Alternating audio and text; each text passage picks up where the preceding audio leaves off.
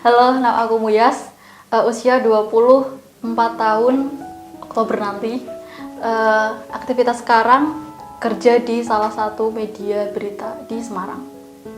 Perkenalkan, nama saya Gilang. Saat ini saya usia 24 tahun, tapi untuk tahun ini jalan 25 tahun. Saat ini saya sedang mencari pekerjaan. Saya asalnya dari Pangkalan Bun, Kalimantan Tengah. Ya, saat ini kegiatannya sedang mencari pekerjaan. Nama saya Nungki, umur saya 25 tahun. Saat ini saya sedang menyelesaikan tesis dan magang di suatu media di Semarang. 5 tahun, 6 tahun yang lalu, kalian lagi apa? Coba diingat. 6 tahun yang lalu ya, berarti tahun 2017. 2017 aku masih sekolah, masih MA kelas 3, berarti menjelang ujian lah ya. Aku sekolah, boleh sebut nggak? Boleh. Oke. Sekolah di Man Gubuk, terus sekarang tuh namanya udah ganti jadi Man 2 Grobogan.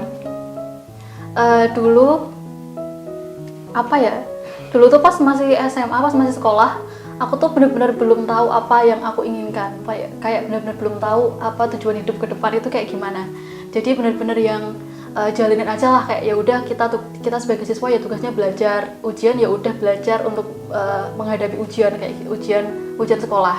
Terus untuk mungkin lebih ke apa ya, tujuan jangka pendek sih, kayak nanti habis ini mau kuliahnya jurusan apa, mau ngambil univ mana, kayak gitu sih paling.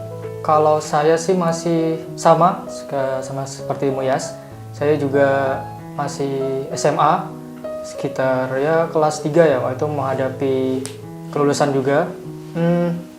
Kalau yang saya rasakan waktu SMA ya, untuk 5 tahun yang lalu itu mungkin ya belum ada tujuan hidup. Maksud saya ya masih mencoba mencari apa yang akan dilakukan untuk kedepannya. Bisa dibilang saya mencari hobi ya. Saya melakukan banyak kesenangan waktu SMA ya, tahu sendiri SMA itu kan zaman-zaman yang ya menyenangkan.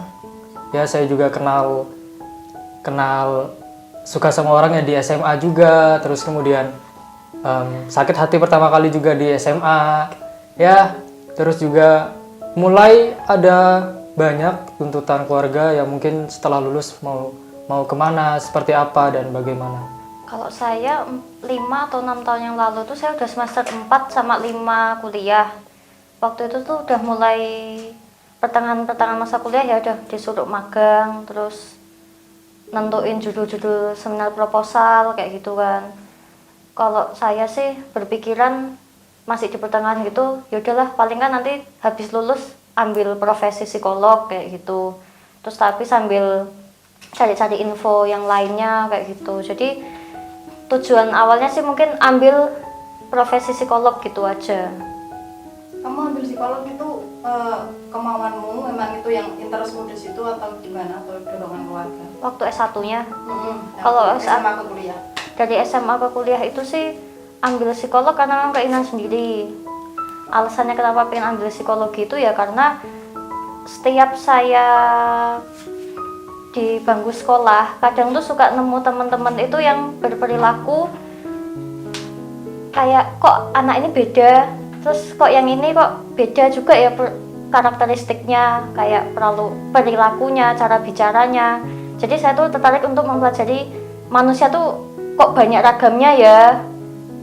Selain itu saya juga sering jadi tempat curhat teman-teman. Jadi kayaknya bisa juga nih saya lanjut ke psikologi.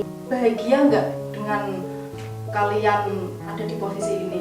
Kalau ditanya bahagia apa enggak ya, jawabannya sih aku akan berusaha untuk berbahagia. Karena mau bagaimanapun posisi aku sekarang itu juga posisi yang dulu pernah aku inginkan. Jadi aku juga harus bertanggung jawab atas apa keinginan aku dulu. Aku nggak kayak iya tetap berusaha untuk berbahagia sama posisiku sekarang. Bersyukur aja lah. Bahagia dengan keadaan saya yang saat ini, bahagia. Pokoknya bahagia. Maksud saya meskipun saya masih banyak pencapaian yang belum tercapai, tapi ya atas usaha saya sendiri itu sangat membahagiakan. Cukup bisa dibanggakan ya untuk diri saya sendiri. Kalau saya sih menganggapnya masih jauh dari bahagia karena saya pun belum banyak mencapai dalam tugas-tugas dalam perkembangan hidup ini. Sebenarnya masih mencari-cari apa sih yang harus saya capai supaya bisa menemukan titik, oh ya aku nih bahagia tuh loh. Gitu. Tapi mau nanya deh Mbak, kalau Ya. menurut Mbak Nongki itu sebenarnya bahagia tuh, definisi bahagia tuh kayak gimana sih? Kenapa tuh Mbak Nongki masih kayak belum menemukan itu? Emang bahagia yang menurut Mbak Nongki itu yang dimaksud tuh apa sih? Kalau dimaksud bahagia, Ha-ha. mungkin karena saya sendiri kan di antara teman-teman yang lain mereka udah pada kerja, ada yang udah berkeluarga kan. Sementara saya pun masih kuliah. Nyari kerja pun juga waktu itu sempat gagal gitu kan. Nah, saya pun jadi membandingkan diri saya ke teman-teman saya gitu loh. Dia udah punya kerjaan, dia udah nabung gini, dia udah punya anak, dia udah punya jabatan di mana. Kok aku belum sendiri ya, kayak gitu. Ya benar sih Mbak. Saya juga sebenarnya kan ya saat ini ya merasakan seperti itu juga. Bisa dibilang harus dipikirkan mungkin seperti itu ya. Karena oke, mungkin sebelumnya saya masih buat seru-seruan atau buat istilahnya buat drama kehidupan atau bagaimana ya. Tapi melihat realitanya, yang saya lihat itu kan realitanya seperti itu. Jadi sepertinya kayak bukan bermaksud membandingkan diri kita ke orang lain ya, tapi kayak ya mau nggak mau kita juga harus bergerak kan. Kita harus mencapai apa yang orang lain capai juga. Saya rasa memang cukup mempusingkan juga ya untuk masalah ini ya. Iya. Kan di saat kita ngejar ternyata nggak bisa tercapai kayak Iya. gitu. Pernah nggak Mbak apa Mas? Kalau aku sih ya, gimana ya? Tentang konsep bahagia. Kalau aku sih biar aku ngerasa bahagia, aku nggak mau membandingkan aku sama orang lain. Aku maunya membandingkan aku yang sekarang sama aku yang dulu. Jadi itu tuh kalau apa ya, kamu membandingkan kamu sama orang lain itu kayak udah tutorial menyakiti diri sendiri nggak sih? Kayak ya udahlah, kita tuh emang apa ya, punya waktu yang berbeda-beda. Mungkin ada yang mungkin ada yang usia 25 dia udah punya 2 anak, ada juga yang usia 25 dia masih kuliah mungkin. Terus ada juga yang kayak apa ya, usia 25 dia udah meninggal juga ada. Jadi tuh emang nggak bisa bandingin kita sama orang lain, dan ya udah jalani aja hidup kamu dengan melakukan apa yang terbaik yang bisa kamu lakukan. Kalau aku sih lebih ke kayak gitu aja sih. Jadi buat meminimalisir perasaan ketidakbahagiaan, aku mencoba untuk apa ya, kayak self love, mencoba untuk tetap mengapresiasi apa yang telah aku lakuin sampai sekarang ini. Saranmu ke orang-orang yang suka membandingin dirinya dengan pencapaian orang? Kalau menurut saya membandingkan diri kita sendiri ke orang lain tuh sebenarnya enggak, tapi secara nggak sadar saya pun juga udah melakukan hal itu. Nah, cara mengatasinya saya pun juga masih berusaha keras bagaimana caranya biar nggak minder lihat orang lain udah mencapai pencapaiannya, atau ya udah slow aja, memang timing orang tuh beda-beda.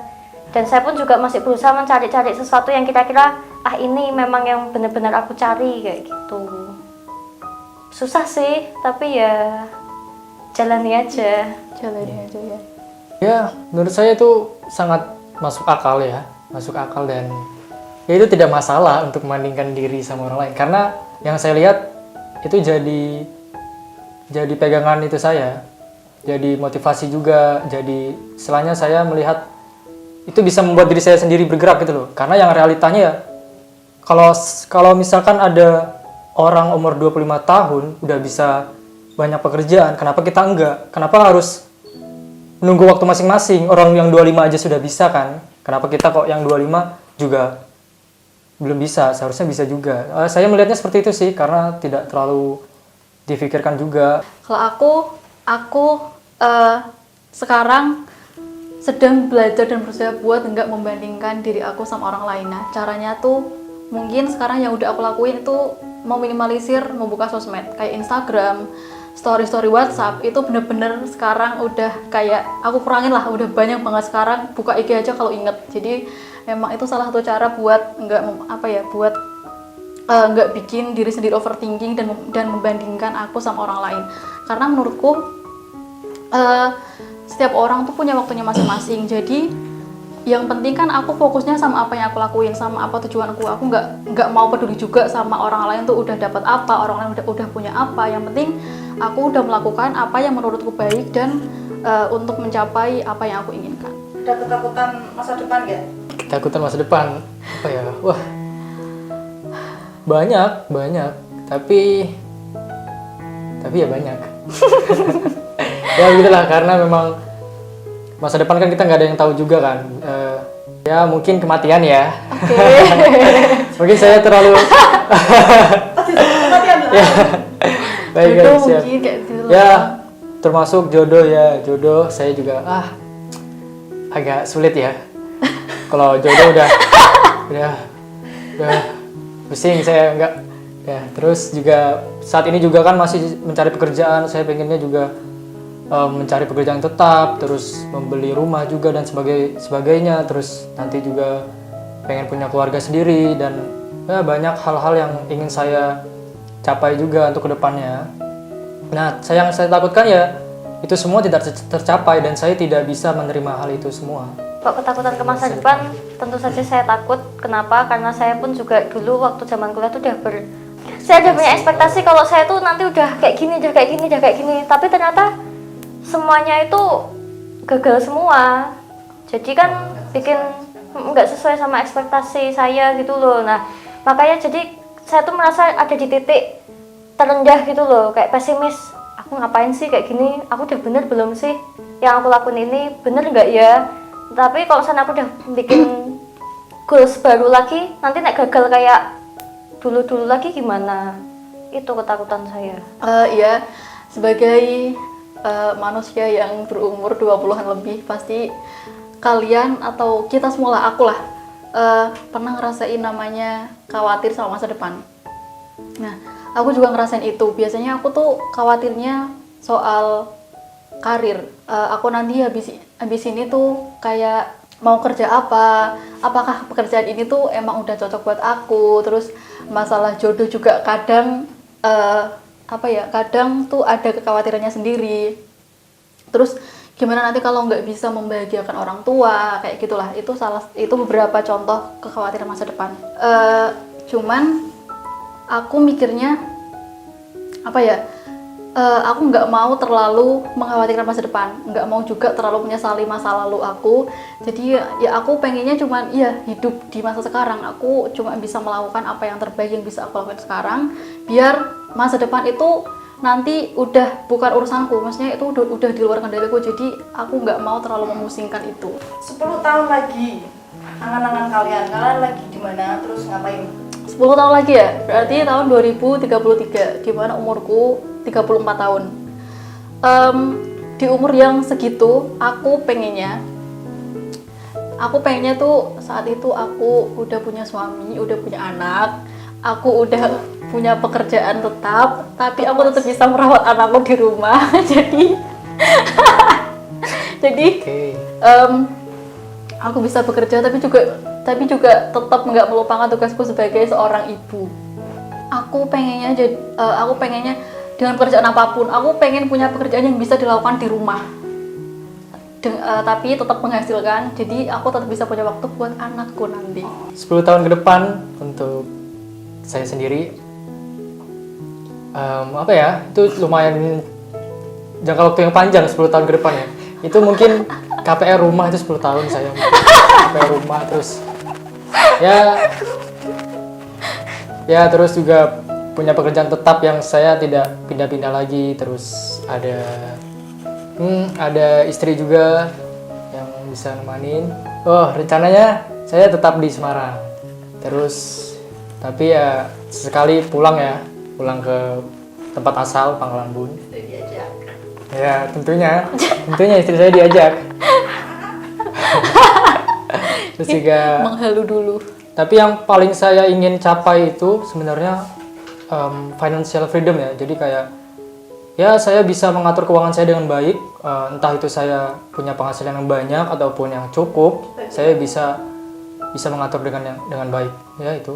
10 tahun yang akan datang, di usia saya yang sudah ke 35, insya Allah saya mempunyai angan-angan dan semoga tercapai. Saya sudah punya kemampuan membiayai diri saya sendiri. Saya punya penghasilan sendiri melalui pekerjaan yang sesuai dengan background saya. Misalkan entah saya membuka layanan psikologi atau membuka jasa membaca tulisan tangan sambil ngurus anak, terus mungkin menjalankan bisnis-bisnis lainnya yang saya jalani ke depannya.